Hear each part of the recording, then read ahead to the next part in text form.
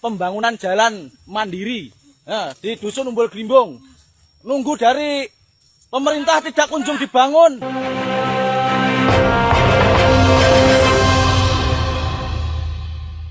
Halo semua dari ketemu lagi setelah kita semalaman begadang menyaksikan laga Piala Dunia antara Mesir dan Argentina. Sekarang Rabu 8 Juli, Cak Dodo katanya juga ngantuk ini. Kripet-kripet, tapi saya memastikan Cak Dodo nobar di Kopdes. Assalamualaikum Cak Dodo, salam MNF. Waalaikumsalam warahmatullahi wabarakatuh. Selamat pagi Cak Jarod dan juga pemirsa di seluruh Indonesia. Coba pengalamannya gimana menonton Nata di malam Cak Jarod? Kita disuguhi banyak ada. Ada yang di kafe, ada yang di Kopdes, ada yang di kantor polisi, dan ada yang dan ramil. Tapi kita gelas sendiri. Yang menarik adalah pertandingan aja. Ini pertandingan terbaik bagaimana Mesir leading dulu 2-0. Tapi katanya si Kang Cucu, Mesir pakai paranormal dari rumah hatapan. Buktinya dia 2-0 kan itu. Tapi lebih dari itu ya, di rakyat ini terhibur banget dengan Piala Dunia karena sekarang tidak harus kafe-kafe tidak harus bayar royalti karena yang memiliki hak share itu TVRI. Di satu sisi bagus lah pemerintah memberikan hak share kepada TVRI sehingga orang di seluruh Indonesia bisa menonton sepak bola dan kafe-kafe tidak harus membayar untuk menyajikan tontonan itu. Tetapi yang harus diingat, boleh senang, boleh bahagia, boleh girang tontonan sepak bola. Kritis terhadap pemerintah juga harus tetap jalan dan ternyata terdeteksi juga oleh pemerintah ada salah satu pejabat yang menggunakan fasilitas negara untuk ke luar negeri nih untuk menonton Piala Dunia. Kabarnya seperti itu.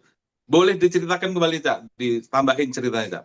Jadi gini ya, ketika itu kan siaran oleh TVRI. Banyak Cak komentar dari netizen. Waduh, ini siaran kembali ke rakyat. Padahal enggak. TVRI itu mengeluarkan uang 1,3 triliun untuk Asia. Ini lebih mahal daripada di India, di Cina. Ini luar biasa Cak. Apa ngurusinya itu. Lah sekarang ada Menteri PU ya, Dodo Hanggodo. Ini katanya akan dinas ke Amerika. Ini acara PBB, dia membawa anak dan istri. Kalau lihat tanggalnya, ini pas dengan agenda semifinal dan final Piala Dunia. Ya itulah karakter pejabat kita yang mungkin kita bisa sebut sebagai kemaruk.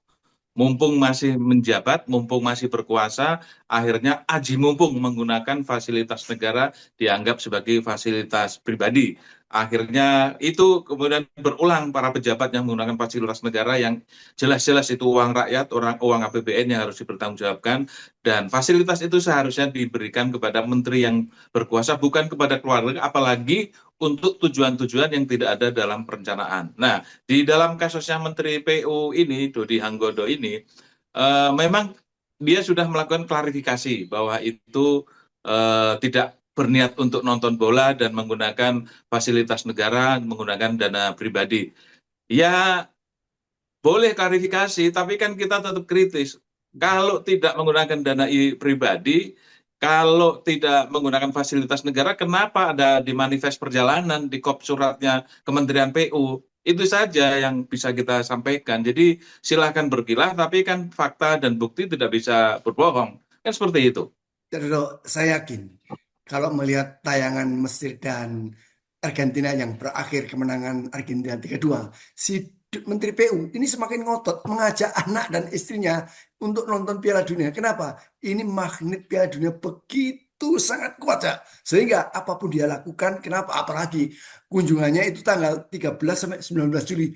Ini benar-benar momentum yang pas untuk membagikan anak dan istri lewat perjalanan dinas. Iya, karena bisa menonton Piala Dunia langsung pada negara yang menggelar acara itu sebuah prestis tersendiri, sebuah memiliki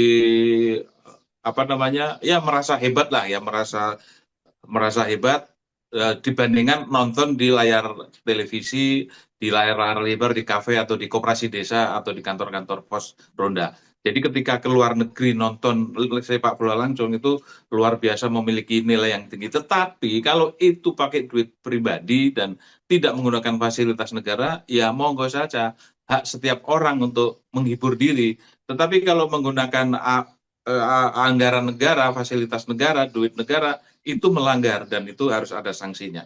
Kita lihat, Cak, bagaimana sikap rezim pemerintah Prabowo terhadap kasus ini. Menteri PU mengajak anak dan istrinya untuk mengikuti acara di PBB tanggal 13 sampai 19 Juli. Kalau tidak ada tindakan, berarti memang, Cak, ini rezim permisif terhadap pelanggaran-pelanggaran yang dilakukan oleh para pejabat. Bukan begitu, Cak Dodo? Iya, harus dikawal terus ini.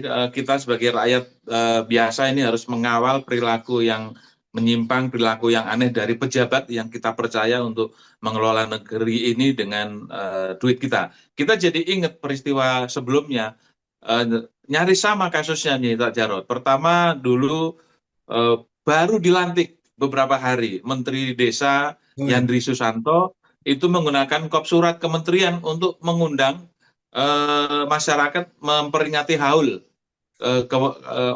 ibunda yang meninggal dunia. Nah, saat itu istrinya Yandri Susanto sedang mencalonkan diri sebagai bupati di Banten, bupati apa lupa. Nah, itu kan terselip bukan narasi, publik kemudian menilai itu penyalahgunaan wewenang karena menggunakan kop surat negara, kop surat Kementerian Desa.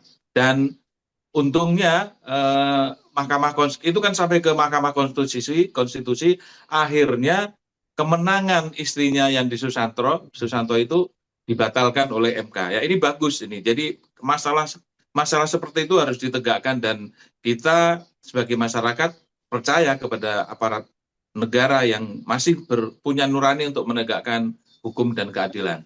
Masih ada satu lagi kasus yang sama, bagaimana fasilitas negara, bagaimana pejabat negara itu tidak bisa membedakan itu fasilitas negara atau fasilitas pribadi. Yaitu terjadi pada Menteri Maman Abdurrahman, Menteri UMKM, di mana dia menyurati kedutaan besar di Amerika Serikat untuk memfasilitasi istri yang sedang berkunjung ke sana, yang katanya bantahannya karena itu menggunakan uang pribadi dan ingin melihat anaknya yang sedang ikutin lomba di negara itu. Dan saking takutnya, Maman Abdurrahman kemudian membuat klarifikasi itu di gedung KPK bahwa ini tidak menggunakan fasilitas negara. Nah, hal-hal ini sekarang terjadi pada Menteri Pekerjaan Umum. Ini yang membuat kita itu miris, negara ini kok aji mumpung gitu, bukan pejabat negara ini kok kemaruk dan aji mumpung menggunakan fasilitas negara untuk kepentingan pribadi. Saya khawatir, Cak, apa yang terjadi pada Menteri Koperasi itu ditiru, diciplak oleh Menteri PU, Dodi Anggodo. Kenapa? Jangan-jangan dia berkirim surat ke Messi. Iya, boleh aja menerima undangan, tapi tetap biaya, anggaran, perjalanan, dan sebagainya jangan masuk ke kas negara, jangan masuk ke anggaran kementerian dong. Harus biaya sendiri betul-betul, dan itu harus dicek seluruh kwitansinya, seluruh transaksinya. Mau undangan, mau apapun, kalau menggunakan fasilitas negara, itu yang tidak boleh, dan itu melanggar, itu namanya menyalahgunakan wewenang, mau menyalahgunakan jabatan. Kan itu yang harus kita kontrol terus. Ini pejabat memang empati, Mak. Di saat masyarakat kita, rakyat kita, Kak, begitu hidup dalam kesempitan, kehimpitan ekonomi, pembangunan jalan tidak ada, sehingga mereka kayak di Aceh, patungan untuk membuat jembatan sendiri. Bayangkan tak? Aceh, belum lagi di Lampung yang mengancam, tahun ini saya tidak membayar pajak. Kenapa? Uangnya kita gunakan untuk membangun jalan. Ini, Cak, ini jeritan para rakyat, Cak. Pembangunan jalan mandiri di Dusun Umbul Grimbong. Nunggu dari pemerintah tidak kunjung dibangun. Sudah rusak parah. Jadi inisiatif dari masyarakat. Jadi bangun sendiri aja lah. Pajak saya nggak saya bayarkan, saya gunakan untuk beli semen. Ya, ini ironi-ironi yang terjadi tidak hanya di Lampung maupun Aceh, hampir di seluruh daerah rakyat kita yang belum mendapatkan fasilitas hidup yang minimal saja itu masih banyak sekali. Bagaimana jembatan itu tidak dibangun, anak sekolah menyeberangi sungai dengan tanpa bantuan apapun, jadi melewati arus sungai yang besar dan itu setiap saat bisa mengancam nyawa anak-anak SD loh. Di daerah terutama daerah tertinggal, daerah terpencil itu yang namanya infrastruktur itu jauh dari memadai. Seharusnya pemerintah itu peduli terhadap hal-hal yang seperti ini, bukan mengurusi hal-hal yang sifatnya nanti akan memiliki popularitas atau dampak yang berkaitan dengan pemilu di 2029 itu yang dikejar seperti itu. Bukan. Negara ini harus dibangun secara adil dan merata, bukan dilihat ini ada dampak politiknya atau tidak, ini akan menguntungkan atau tidak, bukan seperti itu. Nah, mindset seperti ini yang masih bercokol di dalam benak-benak para pejabat kita, termasuk juga presiden. Jadi pembangunan yang dilakukan itu jauh dari keinginan masyarakat. Bahkan untuk memenuhi kebutuhan minimal pun tidak bisa. Ini yang harus kita terus sampaikan kepada pemerintah, bahwa pemerintah harus tepat sasaran dalam mengalokasikan APBN sehingga tidak terjadi ketimpangan sepanjang masa. Ini Pak Prabowo sudah ngotot, apalagi adiknya, bahwa MBG tidak dihapus. Kita tunggu saja putusan MK. Mudah-mudahan ya membatalkan proyek MBG, apalagi koperasi desa Merah Putih. Coba bayangkan yang bangun kantor kepala desa, kantor koperasi siapa? Agrinas. Terus pengadaan angkutan kendaraan ya, roda dua siapa? Agrinas juga. Bahkan ya ini yang menyedihkan. Agrinas ini kan isinya itu kalau nggak pejabat, ada politis partai dan juga ini militer, ya, TNI terlibat dalam itu. Tiga institusi ini yang dikhawatirkan menyakiti rakyat banyak. Mau baca ini kata-kata mutiara di hari Rabu. Agrinas, MBG, Agrinas, MBE, KDMP itu sebuah program yang tanpa perencanaan, sehingga akhirnya di dalam perjalanannya terjadi amburadul, ketimpangan, kritik, dan juga hal-hal yang buat masyarakat itu miris. Duit negara dihambur-hamburkan untuk sesuatu yang belum jelas.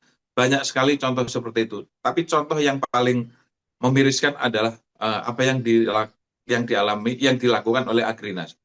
Dia mengambil seluruh program, seluruh perkebunan sawit sekitar berapa juta hektar itu.